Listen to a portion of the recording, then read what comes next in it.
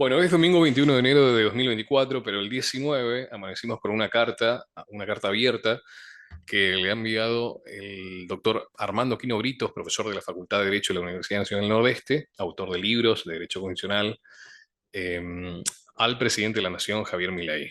Debido a mi gusto personal por la materia en Derecho Constitucional, que tuve la suerte de cursarlo ya hace una década con el doctor Eduardo Panzeri, que transmitió debido a la forma de dar la clase y los contenidos, el entusiasmo por esa materia, lo cual también me ha hecho enseñar entre 4 y 5 veces al año desde entonces en la academia.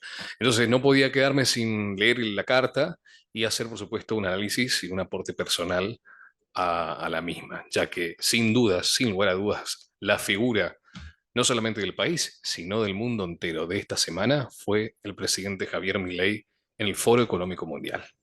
Y la carta, que tengo que dar el crédito a la cuenta de Instagram de LT7, porque allí me enteré, no obstante, al googlearlo, lo primero que sale es Diario Época. Así que debido a esos diarios, voy a pasar a leer la carta y analizar casi párrafo por párrafo. No, no es tan larga, pero va a ser muy interesante. Dice, carta abierta al presidente. En su discurso de Davos dio detalles de su pensamiento, compartido por una indudable mayoría circunstancial, que le da la legitimidad de origen, lo que es indudable y debemos respetar a rajatabla. Bueno, estamos hablando de un profesor de Derecho Constitucional. He leído su libro, mis alumnos han leído su libro, eh, y voy a resaltar la palabra o la frase mayoría circunstancial. Quizás aquí, y opinión mía, esté reconociendo lo que es el péndulo de la Argentina, que a veces estamos en la izquierda, otras veces a la derecha, y siempre para ir de izquierda a derecha pasamos por el centro. Quizás se esté refiriendo a eso, o quizás también se esté refiriendo a una mayoría que después se va a arrepentir, que sería casi lo mismo, porque la palabra circunstancial es un poco de ruido aquí. De todas maneras, es una carta bastante elegante y moderada, ya que eso da justamente un aire de un sentido constructivo. Dice, sigue diciendo la carta, sin embargo, la omisión deliberada de acontecimientos históricos nos obliga a señalar que el mundo vivió las transformaciones del modelo estatal, donde el modelo neoliberal de la revolución conservadora se dio ante demandas de más libertad, que son derechos que solo se pueden garantizar con y a través del Estado. Y por supuesto aquí ya viene la opinión del autor de la carta, ¿no es cierto? Y como autor de Derecho Constitucional, y también eh, estimo, al saber el Derecho Constitucional, sabe también de Historia Constitucional Argentina, una materia de primer año que también tenemos en la carrera, y no todo el mundo tiene el privilegio de poder estudiarla, aunque siempre en la historia argentina hay dos bandos. Ya nuestra historia nació con una división. Por un lado estamos los mitristas, historia oficial, y los revisionistas, y por ahí tonos de grises.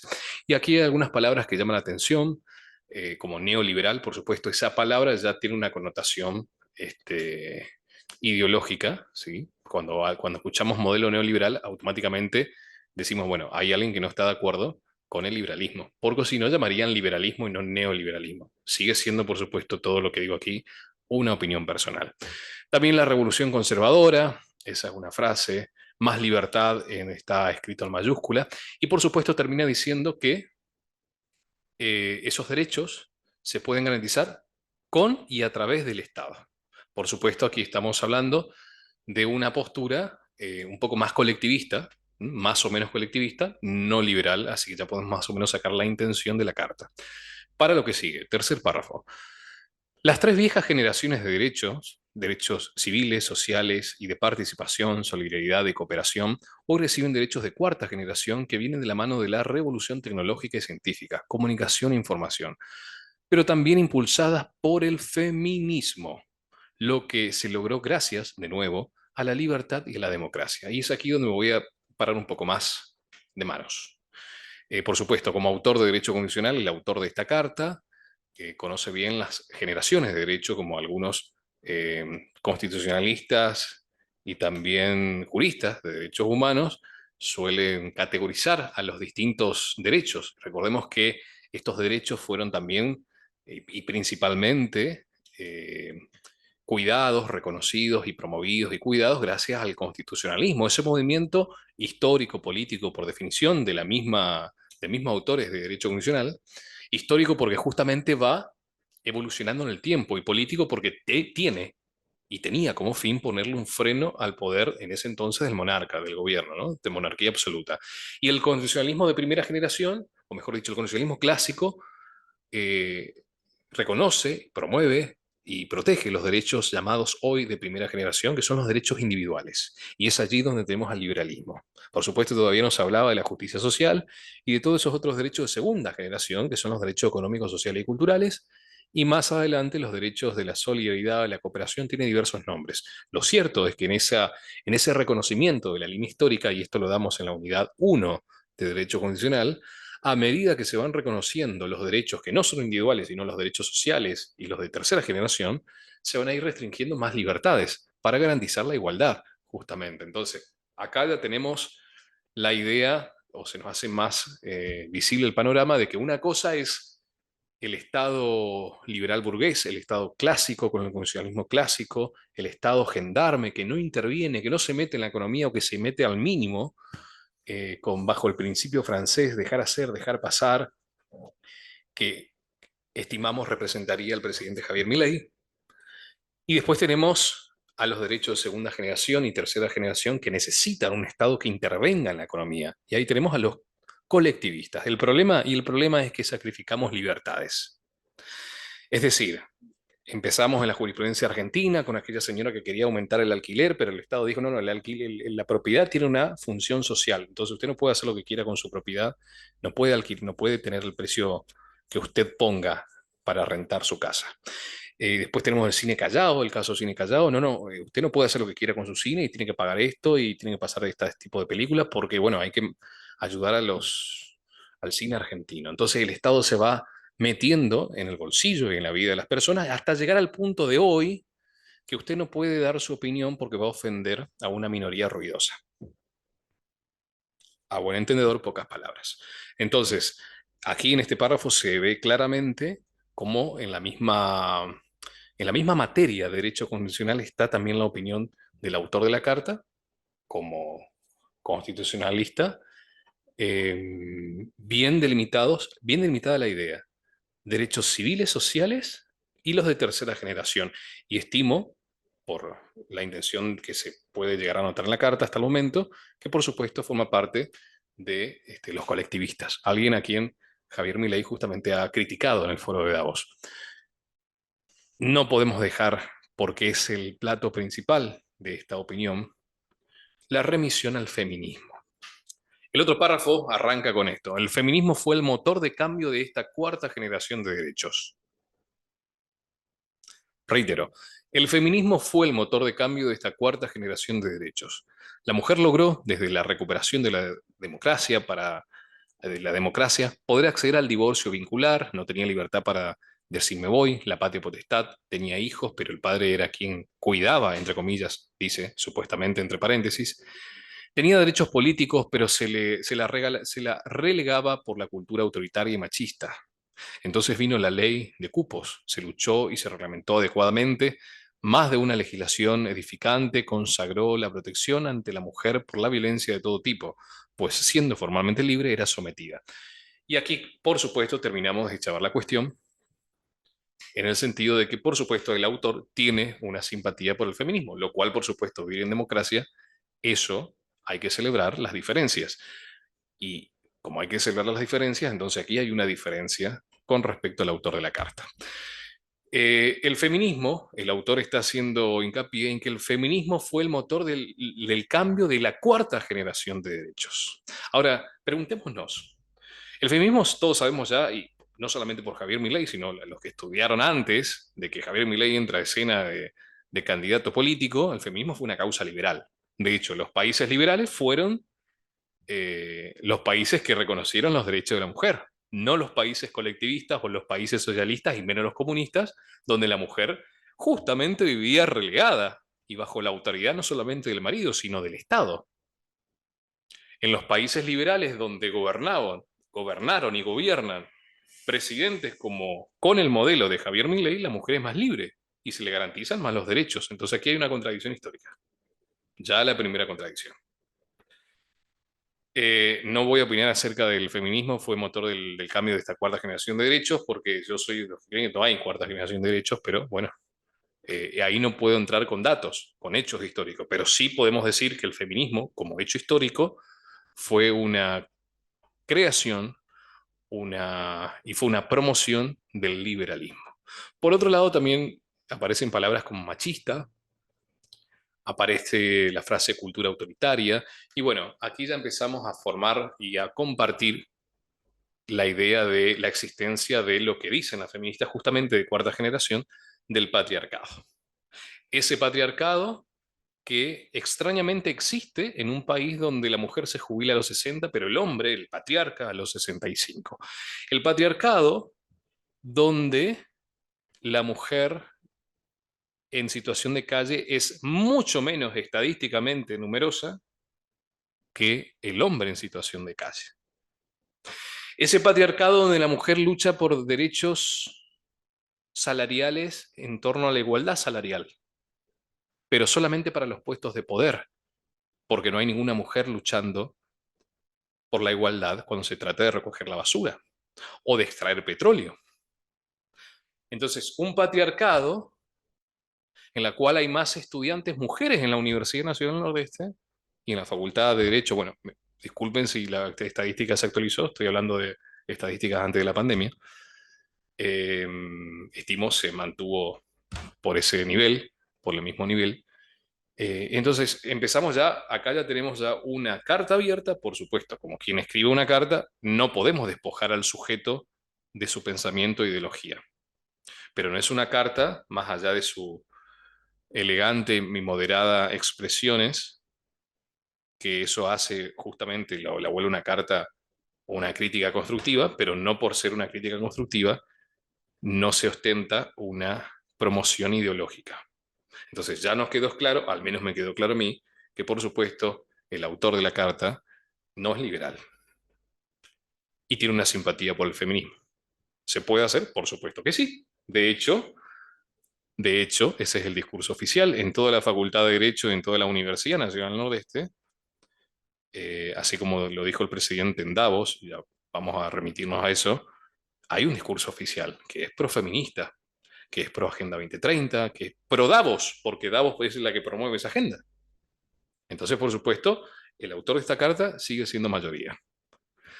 Sigue diciendo, con la ley de trata se superó legalmente la disimulada esclavitud sexual y personal de la mujer por un hombre que, teniendo un poder, entre comillas, dice, sobre la mujer la consideraba el más vil objeto en su provecho. Se, su- Se superó reconociendo la libertad sobre la esclavitud moderna, que se sabía pero no se actuaba. Bueno, nadie está a favor de la esclavitud sexual y de la esclavitud de ninguna manera. Así que acá no hay nada que disentir, todo para compartir. La libertad superó el miedo. La unión que hizo la fuerza transformó las políticas de Estado de Alfonsina Macri,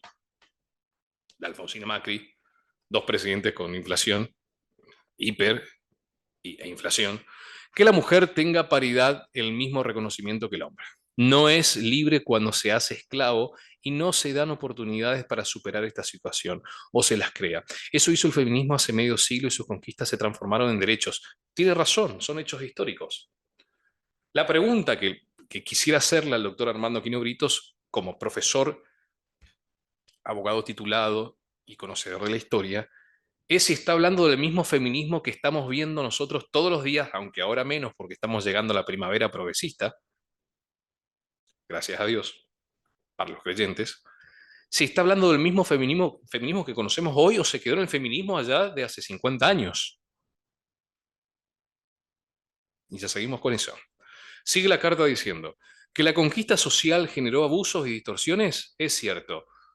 Gracias a Dios, salimos de la carta, aquí hay un reconocimiento. Que la conquista social generó abusos y distorsiones, es cierto. Y mis felicitaciones al autor de la carta porque ha tenido la humildad de reconocer que esa conquista generó abusos y distorsiones. Sí, señor. ¿Quién no se ha comido una denuncia en él y nadie contradiciendo a estas cosas? Que levante la mano. ¿Quién no se ha comido una censura en Facebook, en Instagram, en Twitter? Censuraron al presidente de los Estados Unidos en las redes sociales. Sigamos. No se es libre, perdón, seguía bajo el autoritarismo ancestral generó el machismo. Esta distorsión cultural está siendo superada solo por la comprensión social de los problemas que se sabían, pero se ocultaban. Y acá se me viene en la cabeza, salimos de la carta otra vez, esos posteos que se compartían en Facebook, también en Instagram, aunque ahora no tanto, que me quedó en la cabeza que decía, no es que antes las parejas duraban mucho, sino que no se decían los abusos.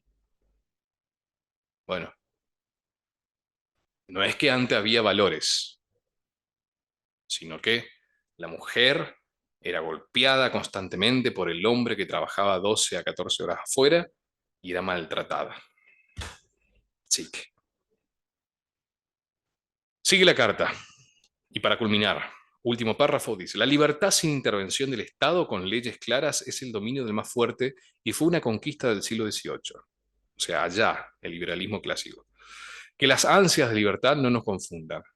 No es regresar al absolutismo monárquico, sino que la libre competencia, la desburocratización, la quita de privilegios se da solo si a la libertad se suma la igualdad que ya está reconocida por la humanidad. Y firma el doctor Armando Aquino Brito. Perfecto, creo que son muy buenas palabras, palabras que llegan no solamente a la mente, sino al corazón de las personas. Me ha llegado a mí estos dos últimos párrafos, porque en realidad son dos, casi en uno. Eh, pero es cierto, y esto hay que decirlo, que cuando buscamos la igualdad con la libertad, terminamos generalmente, y en la historia no ha demostrado, quedándonos sin libertad y sin igualdad. Porque para ser iguales, si todo el mundo fuera igual, la igualdad que conocemos es la igualdad ante la ley. La igualdad real de oportunidades, que suena bonito, solamente es posible en un país totalitario, en un país comunista o en un país autoritario. Porque para lograr esa igualdad real de oportunidades, han censurado las aulas. Me ha pasado a mí, le ha pasado a muchos. Para lograr esa igualdad real de oportunidades, han censurado los medios. Vamos a situarnos en dónde estamos parados. Hoy, de vuelta, gracias a Dios, para los creyentes, estamos en la primavera progresista o estamos en el ocaso progresista. Estamos en el otoño progresista, en la baja Edad Media.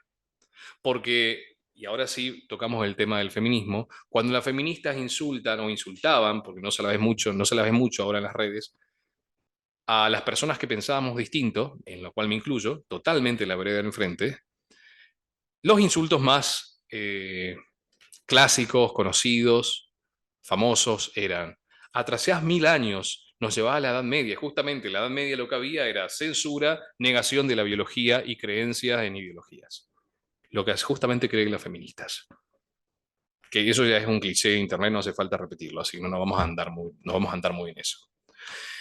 Cuando hablamos del feminismo, estamos hablando de que hay distintas, le llaman olas, vamos a llamarle categorías históricas de feminismo, así como hay distintas categorías de derechos que se van reconociendo en la historia, primera, segunda, tercera y cuarta generación. Bueno, hay un feminismo de primera, segunda, tercera y de cuarta generación.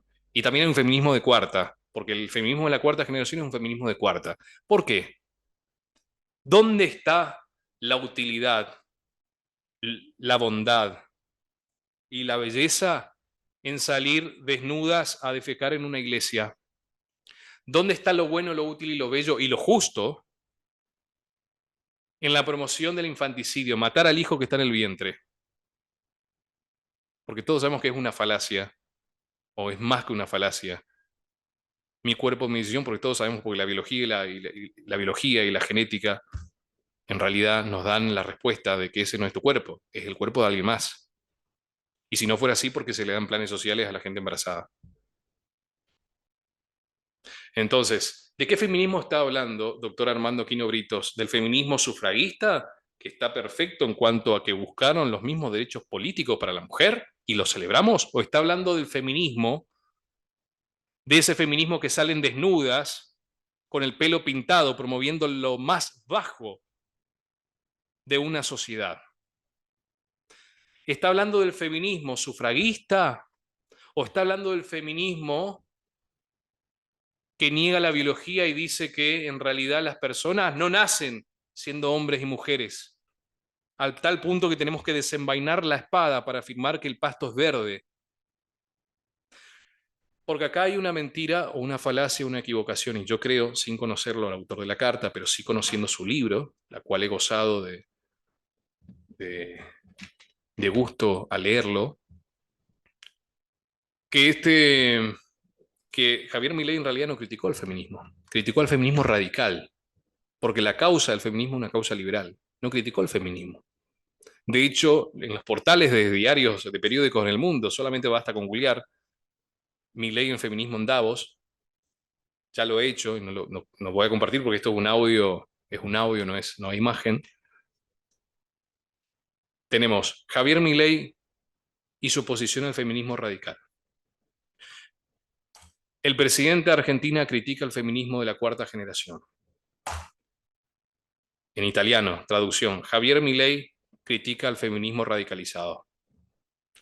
Entonces, estamos, así como los derechos, hablando del feminismo de primera, segunda, tercera o el feminismo de cuarta generación.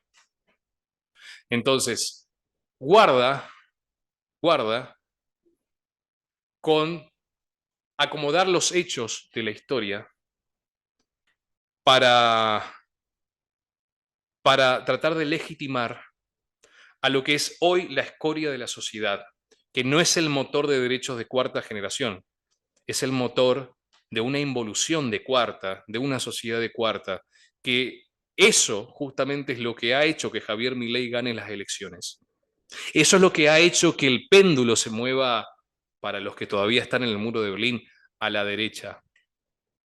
Eso es lo que ha hecho que gane el Donald Trump en 2016, 2016, 2020. Sí, ganó, todos sabemos que lo dijo Vladimir Putin también. A Donald Trump le robaron la elección. Eso hizo que Giorgia Meloni gane en Italia. Eso hizo que se mantenga en el poder Nayib Bukele. Eso hizo que gane Bolsonaro y que esté a punto de ganar, y que haya estado a punto de ganar de vuelta, así que también no le hicieron la elección. Y eso hizo que gane nuestro presidente actual. Y está hablando de una persona que no es liberal, o sea, no es fanática y menos obsecuente, con una persona que le parecía una estadista brillante, Cristina Kirchner, hasta que por supuesto se vendió a Davos. ¿Y por qué decimos esto? Porque cuando un político baja a su país las políticas que le imponen de afuera, podemos decir que se vendió. ¿Por convicción? ¿Por dinero? ¿Por poder o protección? Vaya a saber por qué. Y acá es donde dejamos de dar una opinión solamente crítica, porque yo no guardo modales, mejor dicho, no tanto como la, el aspecto modosito de la carta, donde hay efectivamente una intención constructiva, pero la mía es una intención de crítica. No interesa si constructiva o no, sino de conciencia social. Esa es mi intención. Yo no quiero construir nada. Ya construyeron, se construyó solo. Pero ¿qué íbamos a relacionar justamente con derecho constitucional? En la unidad 2, 3, 4, dependiendo de qué cátedra y de qué universidad, hablando de de la Universidad Nacional del Nordeste, más o menos la unidad 3, damos forma de gobierno y forma de Estado. Y a uno de los autores es Lowenstein, que él propone que hay en realidad dos sistemas grandes, la autocracia y la democracia. La autocracia es el gobierno de uno, gobierno de pocos, el poder está concentrado. Y la democracia se supone que es el gobierno del pueblo. Y dentro de cada sistema de gobierno tenemos formas de gobierno. Entonces la autocracia, gobierno de pocos o de uno, vamos a tener a la monarquía absoluta y vamos a tener al totalitarismo y vamos a tener al autoritarismo. Totalitarismo como la Alemania nazi, como el comunismo. Y autoritarismo como por ejemplo la última dictadura militar. ¿Cuáles son las características del totalitarismo? Algunas de ellas. Uno, existe una idea motriz, es decir, existe una idea que mueve a las masas, que entusiasma a la masa y que legitima al líder o al Estado. En el caso de Adolf Hitler, por ejemplo, fue en la Alemania nazi uno de sus motores la idea de la raza superior. ¿Mm? Movilizaba a las masas, fanatizaba a las masas. El feminismo tiene una idea motriz, por supuesto, la existencia del patriarcado, la ideología de género. Primero la existencia del patriarcado, mujer oprimida. Claro, todos sabemos que también lo que cruzamos y nos acordamos de economía política, Carlos Marx decía que la historia es una lucha de clases, ¿sí? Que el materialismo dialéctico, ricos contra pobres, trabajadores contra dueños de capital, empresarios, y cuando eso ya no le funcionó, bueno, ahí viene el neomarxismo, mujeres contra hombres, homosexuales contra heterosexuales, blancos contra negros, indigenistas contra no indigenistas, pro España versus pobres indígenas masacrados por españoles. Y así, divide y triunfarás, como si lo hubiese inventado, que soy seguro que también lo inventaron los ingleses. Al menos la leyenda negra lo inventaron los ingleses. Entonces, el totalitarismo está presente una característica del totalitarismo, la idea motriz, la idea fuerte que mueve las masas, que hacen que chicas, jovencitas y también algunas señoras divorciadas, y hablo con esto con todo respeto porque eso es lo que vemos, generalmente en las filas del feminismo están las jovencitas sin experiencia en la vida, que por supuesto no es un requisito sine qua non para ser inteligente, pero en el promedio, en la mayoría, se ve eso. Y después están las señoras ya que han tenido alguna especie de mala experiencia con los hombres. Porque cuando las mujeres que han tenido buena experiencia con los hombres, mamá, papá, abuelo, hermanos, tíos, pareja, usualmente no están en el movimiento feminista, al menos radicalizado. Después están, por supuesto, las que están por moda, pero ni de casualidad van a ir a esas marchas porque se van a quemar. Pero bueno, por moda, cuando la moda termina, ya deja que es lo que está pasando hoy. Entonces, volviendo al tema, tenemos una característica del totalitarismo en el feminismo. Segunda característica, sin orden, del totalitarismo. No hay control del gobierno, nadie controla. Son superiores. El individuo es un engranaje más en la economía. Bueno, en la sociedad, digo. El Estado es lo que importa. Bueno, el feminismo es colectivista. No importa la mujer, importa el colectivo feminista. La mujer es un engranaje más que sirve a la idea del feminismo. Y si no sirve, si es de repente es pro vida, hay que descartarla. Porque te damos la bienvenida si abortás o si crees que el aborto debe ser. Ahí sí, ahora si sos pro vida, no. No, ahí no sos. Ahí no te acompañamos. Ahí no te queremos. Sos un engranaje más, si no serviste, vas. Si no apoyas nuestra causa, te vas. Otra de las características del totalitarismo,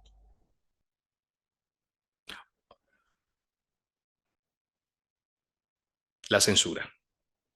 Al no haber control del gobierno, hay censura, hay violencia.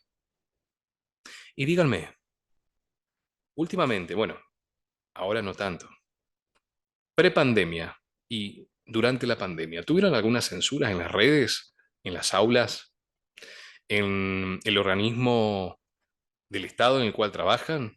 ¿En el trabajo se guardaron sus opiniones porque era políticamente incorrecto decirla? Ahí está la censura. ¿Alguien probó poner en Facebook en 2020, 2021, vamos a decir, por ejemplo, el feminismo es como el nazismo? Yo sí me censuraron. ¿Alguien probó poner el aborto es un crimen? ¿Alguien levantó la mano en el colegio, en la universidad, y dijo, no, profesora, disculpe, el aborto no es un derecho, deje de adoctrinarnos? Disculpe, profesora, en realidad hay hombres y mujeres, no hay más de 100 géneros. ¿Alguien probó decir eso en las aulas? A ver cómo le miraban o qué le decía la profesora. La Facultad de Derecho de la Universidad Nacional del Nordeste, pero no solamente en nuestra facultad, que, entre paréntesis, hermosa facultad, sino en toda la República Argentina, privadas o públicas, talleres de género y diversidades, charlas feministas, y ahora por supuesto lo nuevo, como lo dijo uno de los ejecutivos de CNN, después del discurso de la pandemia viene la bajada de línea del cambio climático, ahí están, ¿no? ¿Y qué tiene que ver qué tiene que ver esto con la carta abierta del doctor Armando Aquino Britos y con el presidente Javier Milei y con Davos?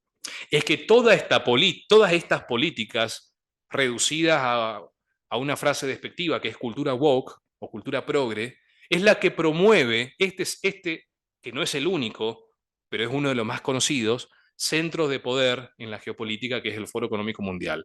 Aborto, ideología de género, eutanasia, pseudo cambio climático, políticas verdes, indigenismo, veganismo. Claro, no. vas a comer menos carne porque las vacas contaminan el medio ambiente. No vas a tener nada en 2030, pero vas a ser feliz. Podés alquilar a nosotros lo que necesites, pero no vas a tener propiedad. Entonces, si relacionamos los puntos, si el feminismo es totalitarismo, si el feminismo es mentira, que es bueno, útil y bello y que está construyendo los derechos de cuarta generación y está afianzando la sociedad democrática, ya vamos a ir a ese punto de la democracia. Y por otro lado, el Foro Económico Mundial promueve y va a seguir promoviendo eso. Entonces, ¿de qué lado de la vereda está, doctor Armando Quino Britos? Ahora lo menciona usted por darle entidad a cualquier oyente que está escuchando esto. O sea, Aquino Britos sería cualquier oyente que esté escuchando esto. ¿De qué lado estás? ¿Estás del lado del feminismo radical o estás del lado de la democracia? ¿Y por qué planteo esto? Vamos a seguir con el propio contenido de derecho constitucional. Entonces decíamos que Lowenstein hablaba de sistemas de gobierno, sistemas autocráticos y sistemas democráticos. Dentro del sistema autocrático, formas de gobierno como totalitarismo, monarquía absoluta, autoritarismo. Y después tenemos el lado democrático, la democracia, directa e indirecta. Y ahí tenemos las formas de gobierno, presidencialismo, parlamentarismo, directorial suizo, gobierno de asamblea, etcétera. Pero vamos a detenernos en la democracia, esta palabra muy sobreestimada, muy sobrevalorada. La democracia se supone que es el gobierno del pueblo. El pueblo es el conjunto habitante que está dentro de un territorio, cuando se forma Estado, o la unidad de Estado, el Estado está conformado por territorio, población, poder, algunos le meten gobierno, y el pueblo es ese conjunto de habitantes que están dentro de un territorio y que le dan al Estado el poder de decidir, es decir, la soberanía. El Estado entonces es independiente por fuera y soberano por dentro. De la Paz de Westfalia, 1648 creo en adelante, tenemos esta idea. Ahora, ¿dónde está el pueblo? ¿Dónde está el pueblo cuando de repente todos nos convertimos en ciudadanos globales, como propone la Agenda 2030? Ahí ya no hay pueblo. Ahí ya no es pueblo de Argentina, el pueblo de Italia. Ahí el pueblo es la humanidad. Y que un país tenga soberanía significa que cuando vos tenés un problema, podés acudir a los poderes del Estado para solucionar ese problema, y porque cuando un país es soberano y vos sos ciudadano de ese Estado, ser ciudadano te permite reclamarle al Estado que cumpla con su función de protección de tus derechos. Ahora, cuando no hay Estado, ¿a quién lo vas a reclamar? Y es eso lo que apuntan estos centros de poderes geopolíticos, que hace 10 años eran teoría de conspiración y hoy están en los manuales, hoy están en los intelectuales de la actualidad, hoy se habla abiertamente. Entonces hace 10 años, no, teoría de conspiración, ¿cómo va a decir eso? No, eso no sea, eso está en internet nomás. Y sin embargo nos decían la cara. Entonces se va nuestro presidente, que hasta, tengo que reconocerlo, hasta esta semana que pasó yo pensé que era una disidencia controlada, es decir, era un presidente que nos decía una cosa, pero ante los organismos internacionales va a decir lo que quieren escuchar. Y no, se fue al Foro Económico Mundial y dijo lo mismo que sostuvo siempre, que el feminismo es colectivista totalitario, que el aborto es una aberración, es un crimen, que las políticas socialistas o comunistas han matado gente y han fracasado, que ese no es el camino. Ha negado el cambio climático, pero no porque niega el cambio climático, porque es evidente que el clima cambia. Javier Milei no niega el cambio climático, lo que niega es que sea causa del hombre, porque en la historia, otros hechos históricos se ven como ha ido cambiando el clima, ha habido otros cambios climáticos. No nació ayer el cambio climático, nació, murió y volvió a nacer cada tanto, pero antes no había industrias y no había muchas personas. Entonces no estamos los que pensamos de ese modo en contra de la existencia del cambio climático. Estamos atacando las causas oficiales que nos dicen desde el Foro Económico Mundial hasta en las charlas en las facultades o universidades. Y por supuesto en los organismos del Estado, porque el Estado está totalmente ideologizado, así como, bueno, hoy el Estado Nacional no, subsiste en las provincias. Entonces, vamos a relacionar los puntos porque nuestro tema fue la carta de un profesor al presidente Javier Milei.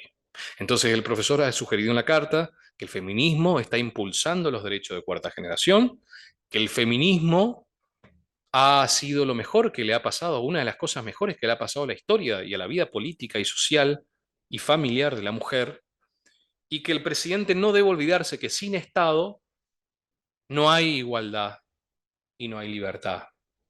Bueno, entonces la pregunta es, doctor Armando Aquino Britos, y a cualquiera que esté escuchando, porque ya el doctor Armando Aquino Britos para mí acá se ha transformado en una forma de dirigirnos al público. ¿De qué feminismo estamos hablando entonces? ¿Del sufragista o el feminismo que ha llevado la degeneración al totalitarismo y que ha hecho caer por su propio peso al progresismo? Por otro lado, ¿de qué democracia estamos hablando? ¿De la democracia en donde las cosas se deciden en los países soberanos o la democracia que se decide en los centros de poder geopolítico como Davos? Porque es muy bonito hablar de la democracia, de la libertad y la igualdad, pero para que se materialice la democracia, la libertad y la igualdad, el Estado tiene que ser soberano. ¿Y dónde está la soberanía estatal cuando seguimos la agenda del Foro Económico Mundial como uno de los tantos centros de poder donde se promociona el feminismo como un caballito de batalla para lograr esos objetivos? El feminismo ha nacido con una causa noble, ha tenido sus conquistas que ya se han materializado y normalizado en la sociedad, y luego ha sido cooptado por los centros de poder que se quieren cargar con la soberanía nacional y que la están usando como caballito de batalla para usar no solamente a jovencitas y a señoras, sino también a señores ad honorem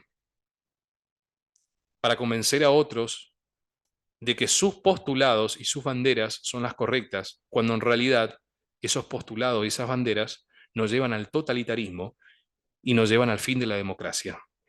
Porque para terminar con la soberanía nacional necesitamos terminar con la familia, necesitamos terminar con los valores, necesitamos creernos ciudadanos globales y no ciudadanos argentinos, y necesitamos no reproducirnos, que es justamente lo que nuestro presidente Javier Milei se fue, e increíblemente para los escépticos como yo, que creía que era una disidencia controlada hasta ese día, al menos tenía una duda, les dijo en la cara a los globalistas que el aborto es un crimen, que el feminismo es una aberración y que el socialismo y colectivismo no es el camino.